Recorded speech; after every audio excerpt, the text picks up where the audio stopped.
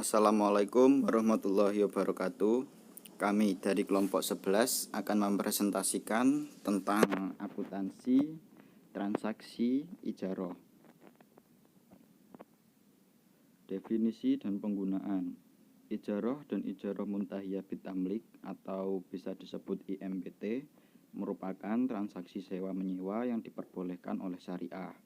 Akad ijarah merupakan akad yang memfasilitasi transaksi pemindahan hak guna atau manfaat atas suatu barang atau jasa dalam waktu tertentu melalui pembayaran sewa atau upah tanpa diikuti pemindahan kepemilikan barang. Bagi bank syariah, transaksi ini memiliki beberapa keunggulan jika dibandingkan dengan jenis akad lainnya, yaitu 1.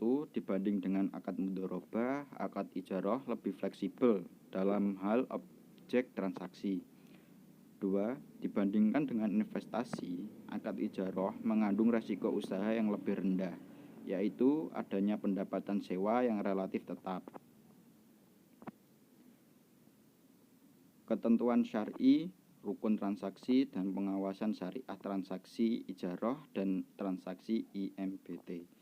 Ketentuan syar'i, transaksi ijarah dan transaksi IMBT berdasarkan terminologi. Ijarah adalah pemindahkan kepemilikan fasilitas dengan imbalan. Penyewaan dalam sudut pandang Islam meliputi dua hal, yaitu 1. Penyewaan terhadap potensi atau sumber daya manusia.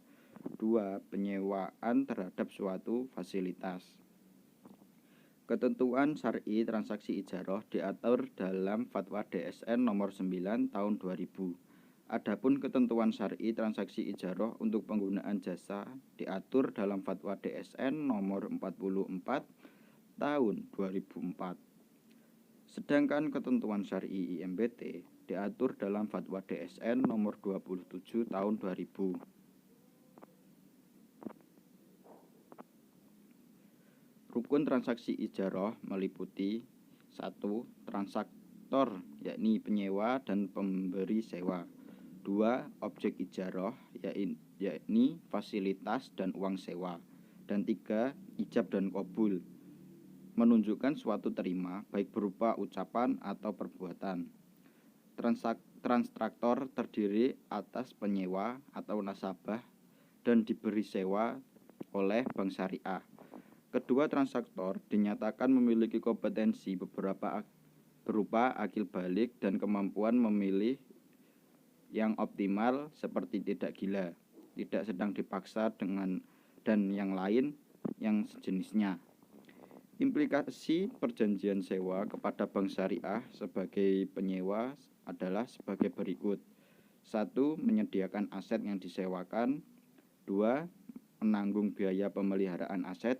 3. Menjamin bila terdapat cacat pada aset yang disewakan. Adapun kewajiban nasabah sebagai penyewa adalah 1. Membayar sewa dan tanggung jawab untuk menjaga keutuhan aset yang disewa serta menggunakannya sesuai kontrak. 2. Mengandung biaya pemeliharaan yang sifatnya ringan atau tidak material. Yang ketiga, jika aset yang disewa rusak bukan karena pelanggaran dari penggunaan yang diperbolehkan, juga bukan karena kelalaian pihak penyewa dalam menjaganya, ia tidak bertanggung jawab atas kerusakan tersebut. Objek kontrak ijarah meliputi pembayaran sewa dan manfaat dari penggunaan aset. Adapun ketentuan objek ijarah adalah sebagai berikut. 1. Objek ijarah adalah manfaat dari penggunaan barang dan jasa. 2. Manfaat barang harus bisa dinilai dan dapat dilaksanakan dalam kontrak. 3. Fasilitas mubah atau diperbolehkan. 4. Kesanggupan memenuhi manfaat harus nyata dan sesuai dengan syariah. 5. Manfaat harus dikenali secara spesifik sedemikian rupa untuk menghilangkan ketidaktahuan yang akan mengakibatkan sengketa. 6. Memspesifikasi manfaat harus dinyatakan dengan jelas termasuk jangka waktunya. 7. Sewa adalah suatu yang dijanjikan dan dibayar kepada LKS sebagai pembayaran manfaat. 8. Ketentuan dalam menentukan sewa dapat diwujudkan dalam ukuran waktu, tempat, dan jarak. Ijab dan qabul dalam akad ijarah merupakan pernyataan dari kedua belah pihak yang berkontrak dengan cara menawarkan dari pemilik aset atau bank syariah dan penerimaan yang dinyatakan oleh penyewa atau nasabah. Rukun transaksi IMBT berdasarkan Fatwa DSN nomor 27 tahun 2002 disebutkan bahwa pihak yang melakukan transaksi IMBT harus melaksanakan akad ijarah terlebih dahulu. Dengan demikian, pada akad IMBT juga berlaku semua rukun dan syarat transaksi ijarah. Adapun akad perjanjian IMBT harus disepakati ketika akad ijarah ditandatangani. Selanjutnya, pelaksanaan akad pemindahan kepemilikan baik dengan jual beli atau pemberian hanya dapat dilakukan setelah masa ijarah selesai. Yang berikutnya ada rukun transaksi ijarah untuk pembiayaan multijasa. Pembiayaan multijasa dengan skema ijarah adalah pembiayaan yang diberikan oleh lembaga keuangan syariah atau LKS kepada nasabah dalam memperoleh manfaat atas suatu jasa dengan menggunakan akad ijarah. Pembiayaan multijasa hukumnya boleh atau jaiz dengan menggunakan akad ijarah atau kafalah. Pengawasan syariah transaksi ijarah dan IMBT. Untuk menguji kesesuaian transaksi ijarah dan IMBT yang dilakukan bank dengan fatwa Dewan DSN atau DPS, suatu bank syariah akan melakukan pengawasan syariah. Menurut Bank Indonesia, pengawasan tersebut antara lain berupa 1.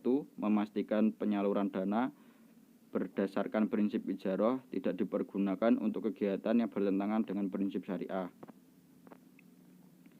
2. Memastikan bahwa akad pengalihan kepemilikan dalam IMBT dilakukan setelah akad ijarah selesai. Dan dalam akad ijarah, janji atau wa'ad untuk pengalihan kepemilikan harus dilakukan pada saat berakhirnya akad ijarah. Yang ketiga, peneliti pembiayaan berdasarkan prinsip ijarah untuk multijasa penggunaan perjanjian sebagaimana diatur dalam fatwa yang berlaku tentang multijasa dan ketentuan lainnya, antara lain ketentuan standar akad. Yang keempat, memastikan besar ujroh atau fee atau multijasa dengan menggunakan akad ijarah telah disepakati di awal dan dinyatakan dalam bentuk nominal, bukan dalam bentuk persentase.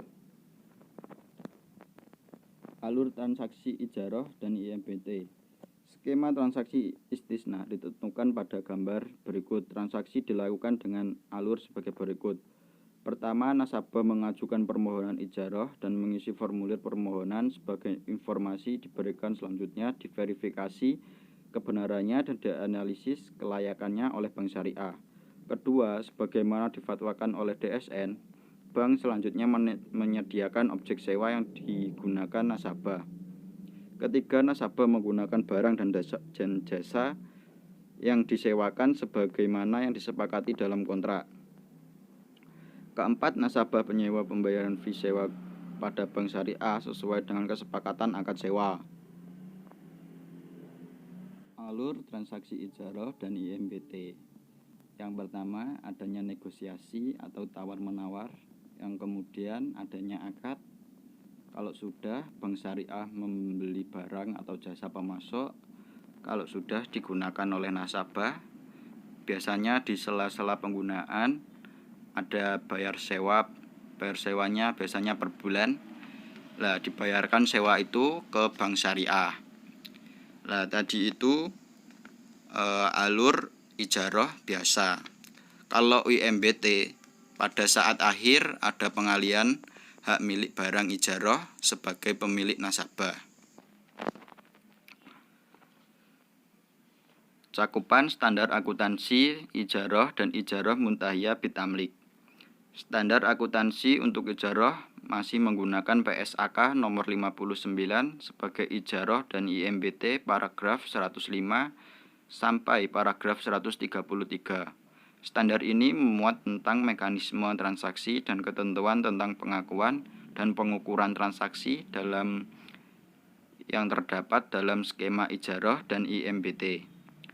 Beberapa hal dicakup dalam standar ini adalah pengakuan dan pengukuran perolehan objek ijarah, pendapatan ijarah dan IMBT, piutang pendapatan ijarah dan IMBT, biaya perbaikan yang dikeluarkan, pemindahan hak milik objek sewa, terjadinya penurunan nilai objek sewa secara permanen.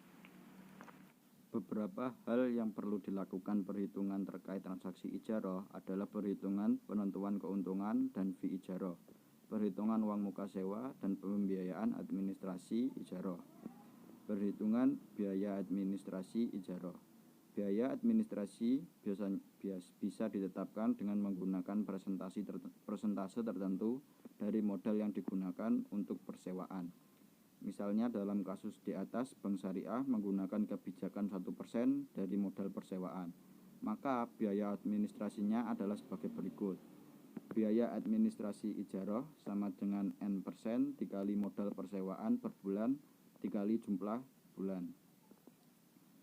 Sama dengan 1% dikali tadi modal persewaannya per bulan 2 juta, jumlah bulannya itu 24 bulan, ketemunya itu 480.000. Perjurnalan transaksi ijarah, transaksi pengadaan aset ijarah.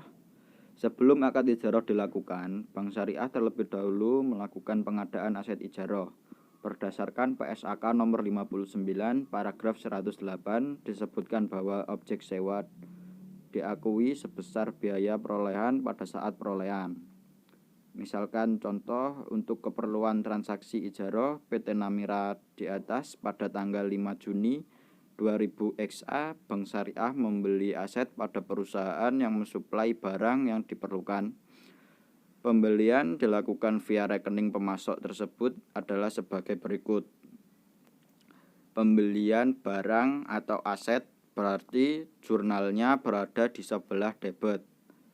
Persediaan ijarah itu kan sama dengan aset, maka jurnalnya bertambah di sisi debit. Yang kedua, kredit kas atau rekening supplier. Ada dua kas dan rekening pemasok. Kalau belinya memakai tunai, berarti di situ kas saja.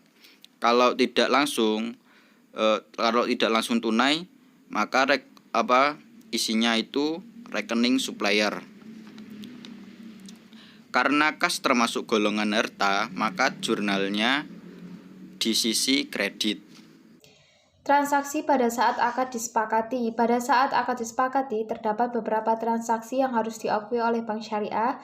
Transaksi tersebut adalah 1. Konversi persediaan untuk ijarah menjadi aset ijarah sebagai bentuk pengakuan atas adanya pengalihan hak guna kepada penyewa. Yang kedua, penerimaan biaya administrasi. Misalkan pada tanggal 10 Juni PT Namira menandatangani akad ijarah untuk sebuah mesin, maka jurnal yang diperlukan pada waktu itu adalah tanggal 10 bulan 6 dalam rekening aset yang diperoleh untuk ijarah berada di debit 120 juta, persediaan ijarah berada di kredit 120 juta, tanggal 10 bulan 6 rekening nasabah PT Namira berada di debit 480.000. Transaksi pengakuan pendapatan ijarah, misalkan rencana dan tanggal jatuh tempo 10 Juli XA, sewa per bulan 2.400.000, tanggal pembayarannya 10 Juli XA, jumlah yang dibayar 2.400.000. Yang kedua, tanggal jatuh tempo 10 Agustus XA, sewa per bulan 2.400.000, tanggal pembayarannya 10 Agustus XA, jumlah yang dibayar 2.400.000. Yang ketiga, tanggal 10 September XA, sewa per bulannya 2.400.000, tanggal pembayarannya 10 September XA, jumlah yang dibayar 2.400.000. Yang keempat, tanggal 10 Oktober XA, sewa pembayaran per bulannya 2.400.000, Tanggal pembayarannya 10 Oktober, jumlah yang dibayar 2.400.000. Yang kelima, tanggal 10 November, sewa per bulan 2.400.000, tanggal pembayaran 5 Desember, jumlah yang dibayar 2.400.000. Yang keenam, 10 Desember, sewa per bulannya 2.400.000, tanggal pembayaran 10 Desember, jumlah yang dibayar 1.400.000. Lalu yang tanggal pembayarannya tanggal 3 Januari, jumlah yang dibayar 1 juta. Pembayaran sewa oleh nasabah dilakukan saat jatuh tempo. Tanggal 10 bulan 7, rekening kas atau rekening nasabah berada di debit 2.400.000, pendapatan sewa berada di kredit 2.400.000. Tanggal 10 bulan 8, kas atau rekening nasabah berada di debit 2.400.000, pendapatan sewa berada di kredit 2.400.000. Tanggal 10 bulan 9, kas atau rekening nasabah berada di debit 2.400.000, pendapatan sewa berada di kredit 2.400.000. Tanggal 10 bulan 10, kas atau rekening nasabah berada di debit 2.400.000, pendapatan sewa berada di kredit 2.400.000.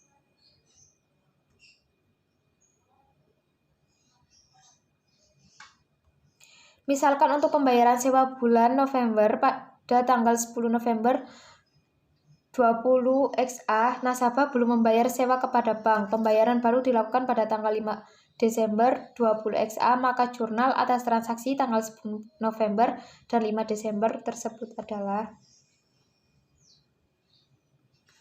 tanggal 10 November, dalam rekening piutang pendapatan sewa berada di debit 2.400.000, pendapatan sewa atau akrual berada di kredit 2.400.000.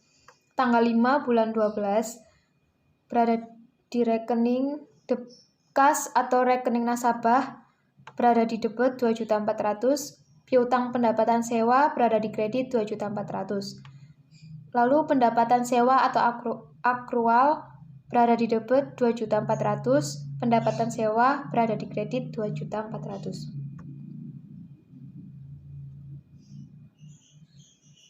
Pada saat jatuh tempo dan sebagian lagi setelah tanggal jatuh tempo.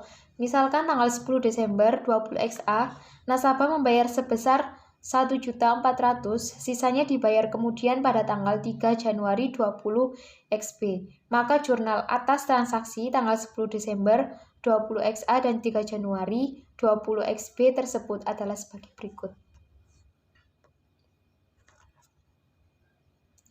Tanggal 10 bulan 12. Rekening kas atau rekening nasabah berada di debit 1.400.000, piutang pendapatan sewa berada di debit 1 juta.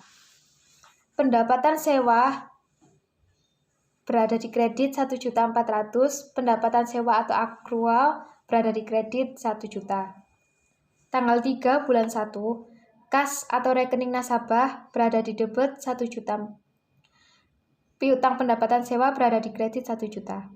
Pendapatan sewa akrual berada di debit 1 juta, pendapatan sewa berada di kredit 1 juta. Pengakuan penyusutan aset yang diperoleh untuk ijaroh. Dengan menggunakan teknik perhitungan penyusutan yang telah dibahas pada subbab 12,5 1A jurnal untuk pengakuan penyusutan aset yang diperoleh ijaroh untuk 6 bulan pertama adalah sebagai berikut.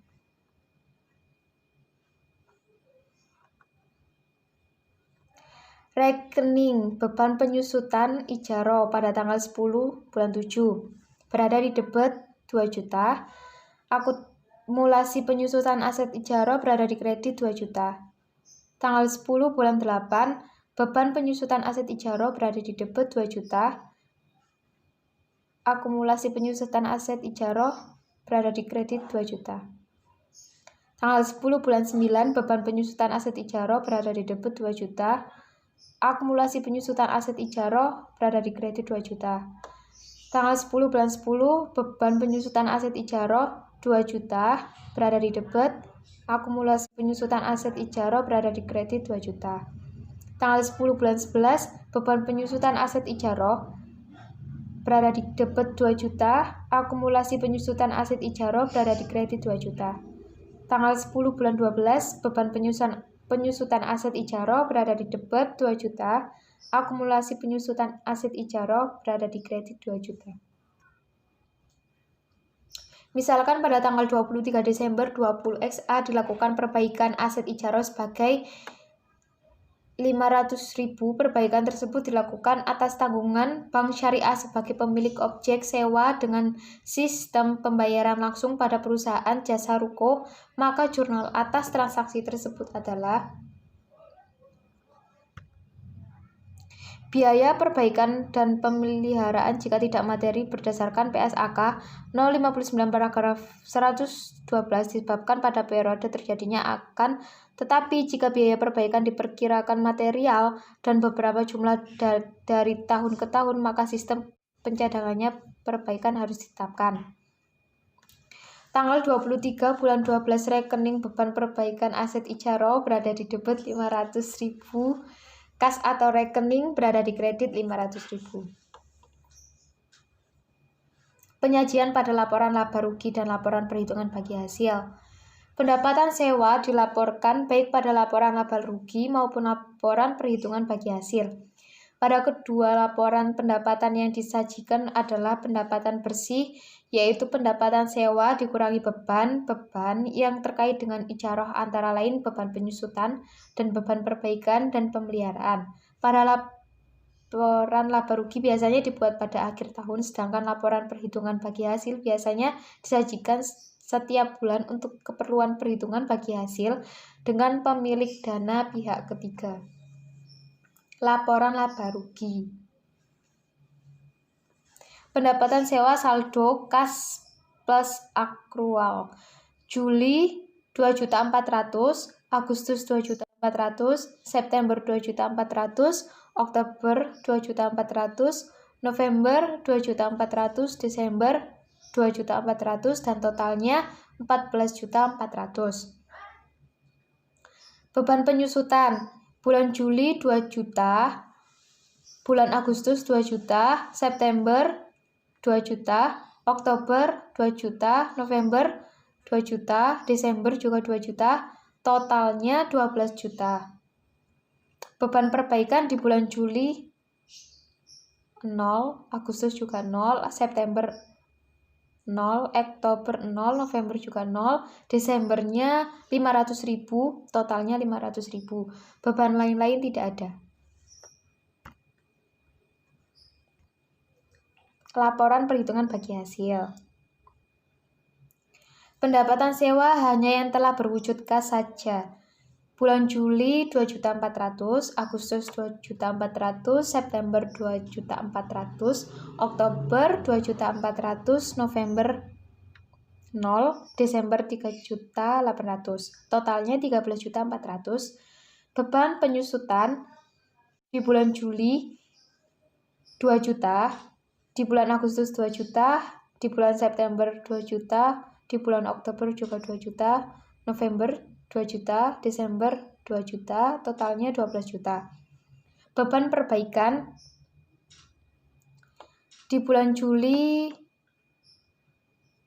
nggak ada dan seterusnya juga nggak ada. Pendapatan sewa bersih di bulan Juli 400.000, Agustus 400.000, September 400.000, Oktober juga 400.000, November 2 juta, Desember 1.300.000, dan totalnya 900.000. Teknik perhitungan dan penjurnalan transaksi IMBT bagi Bank Syariah. Pembahasan teknik perhitungan dan perjurnalan transaksi IMBT akan dilakukan dengan mengacu pada kasus 12.2 berikut.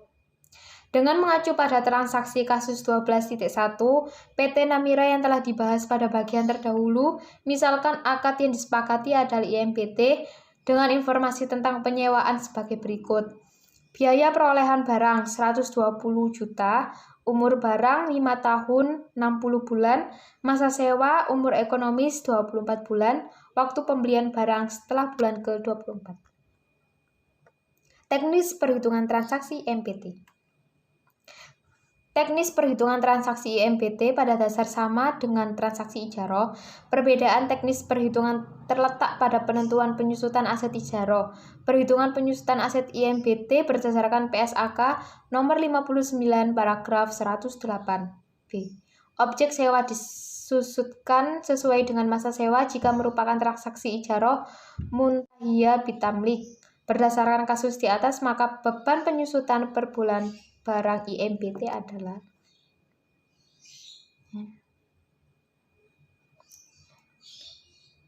penyusutan IMBT per bulan, biaya perolehan per jumlah bulan masa sewa. Penyusutan IMBT per bulan sebesar 120 juta dibagi 24 dan hasilnya 5 juta. Penentuan pendapatan IMBT. Selanjutnya, dengan kebijakan keuntungan sewa 20% dari modal barang yang disewakan, pendapatan IMBT per bulan adalah sebagai berikut. PDPTN IMBT per bulan modal penyewaan plus N% modal penyewaan sama dengan 5 juta ditambah 20% dikali 5 juta sama dengan 5 juta ditambah 1 juta sama dengan 6 juta. Total pendapatan IMBT selama masa sewa 24 kali 6 juta sama dengan 144 juta.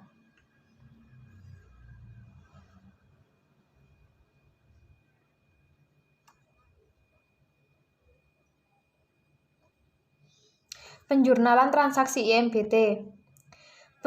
Penjurnalan transaksi IMBT pada dasarnya sama dengan penjurnalan pada transaksi ijaroh.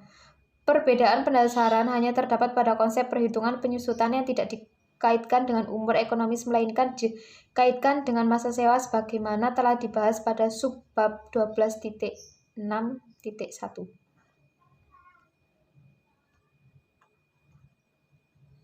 Penjurnalan transaksi IMBT. Perpindahan hak milik IMBT dapat dilakukan dengan beberapa alternatif, yaitu melalui 1. Hadiah, nomor 2. Pembayaran sisa sewa sebelumnya berakhirnya masa sewa, dan pembayaran sekedarnya. Pelepasan sebagai hadiah. Berdasarkan PSAK nomor 107, perpindahan kepemilikan objek ijaroh dari pemilik kepada penyewa dalam ijaroh muntahiyah bitamlik dengan cara hibah. Yang kedua, penjualan sebelum berakhirnya masa sebesar sisa cicilan sewa atau jumlah yang disepakati.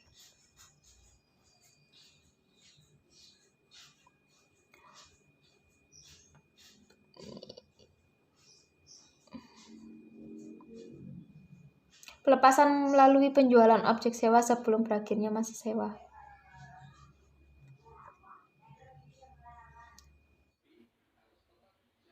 Penjurnalan transaksi IMBT.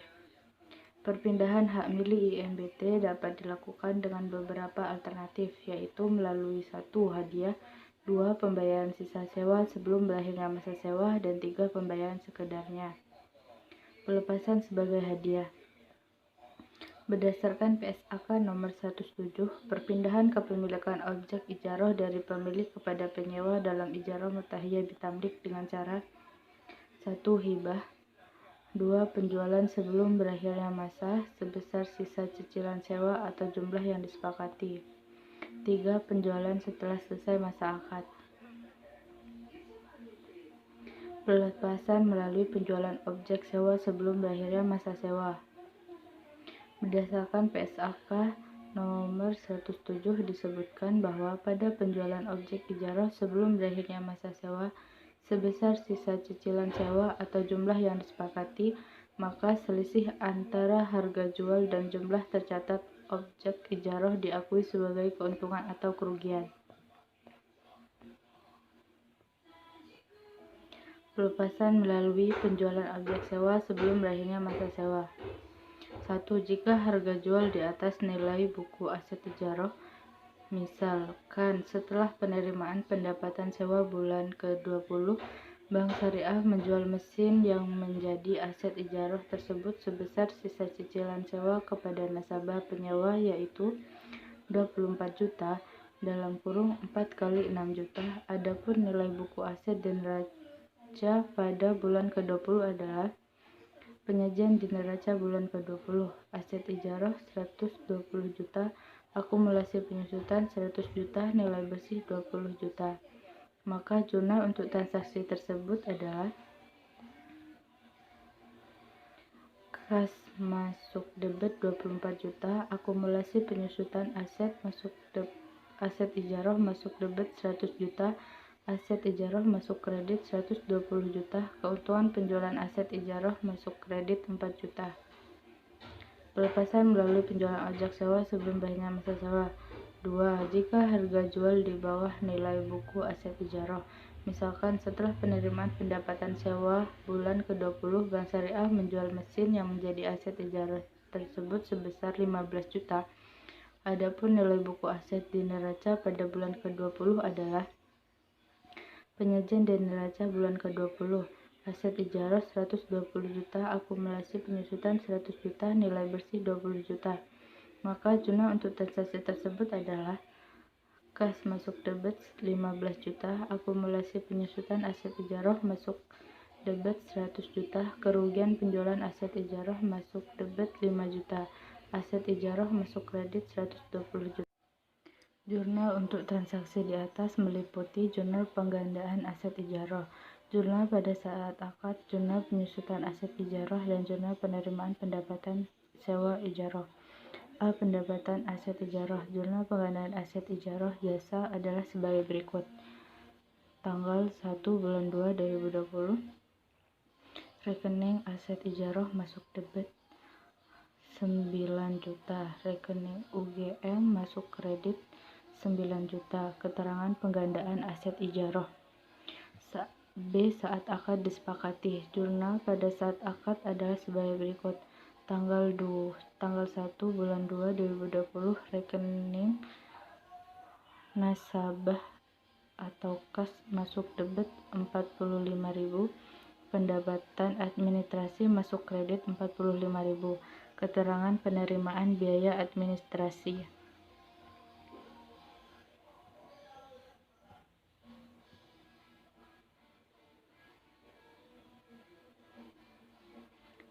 C. Saat pengakuan penyusutan aset ijarah dan pembayaran sewa ijarah. Berikut adalah tabel penyusutan aset ijarah dan pembayaran sewa ijarah. 1. Biaya penyusutan 1.500.000, biaya sewa 1.700.000. Keterangan tanggal penyusutan dan pembayaran 1 Maret 2020. 2. 1.500.000, pembayaran sewa 1.700.000. Keterangan tanggal penyusutan dan pembayaran 1 April 2020. 3. Biaya penyusutan 1.500.000, pembayaran sewa 1.700.000. Keterangan tanggal penyusutan dan pembayaran sewa 1 Mei 2020. 4. Biaya penyusutan 1.500.000, pembayaran sewa 1.700.000. Tanggal keterangan penyusutan dan pembayaran 1 Juni 2020.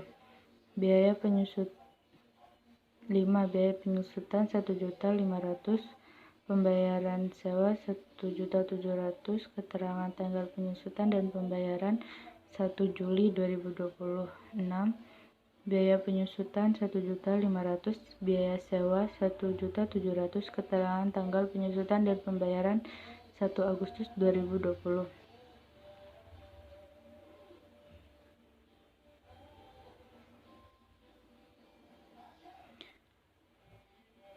Tanggal 1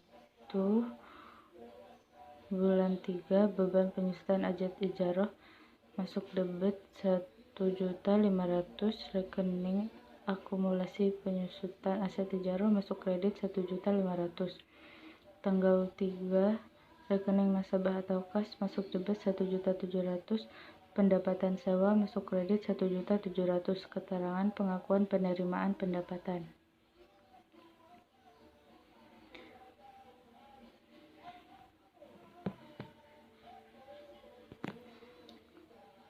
Tanggal 1 bulan 4, beban penyusutan aset ijarah masuk debit 1.500.000. Akumulasi penyusutan aset ijarah masuk kredit 1.500.000. Tanggal 1 bulan 4, rekening nasabah atau kas masuk debit 1.700.000. Pendapatan sewa masuk kredit 1.700.000. Tanggal 1 bulan 5, beban penyusutan aset ijarah masuk debit 1.500.000. Akumulasi penyusutan aset ijarah masuk kredit 1.500.000. Tanggal 1 bulan 5, rekening nasabah atau kas masuk debit 1.700.000. Pendapatan sewa masuk kredit 1.700.000. Tanggal 1 bulan 6, beban penyusutan aset ijarah masuk debit 1.500.000. Akumulasi penyusutan aset ijarah masuk kredit 1.500.000. Rekening nasabah masuk debit 1.700.000. Pendapatan sewa masuk kredit 1.700.000. Tanggal 1 bulan 7, beban penyusutan aset ijarah masuk kredit 1.500.000. Akumulasi penyusutan aset ijarah masuk kredit 1.500.000. Rekening nasabah masuk kredit 1.700.000. Pendapatan sewa masuk kredit 1.700.000.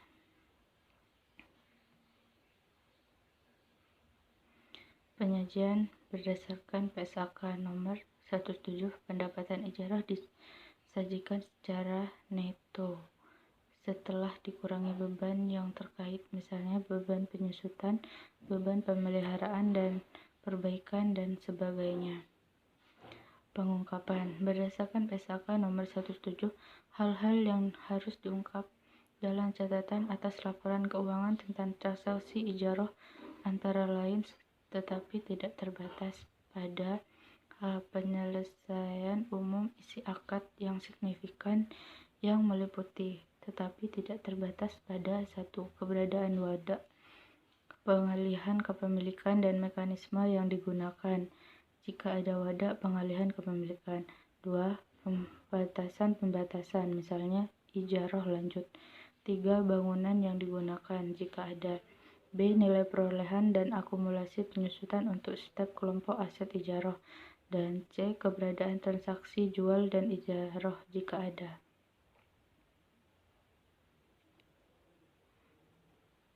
Sekian, terima kasih. Wassalamualaikum warahmatullahi wabarakatuh.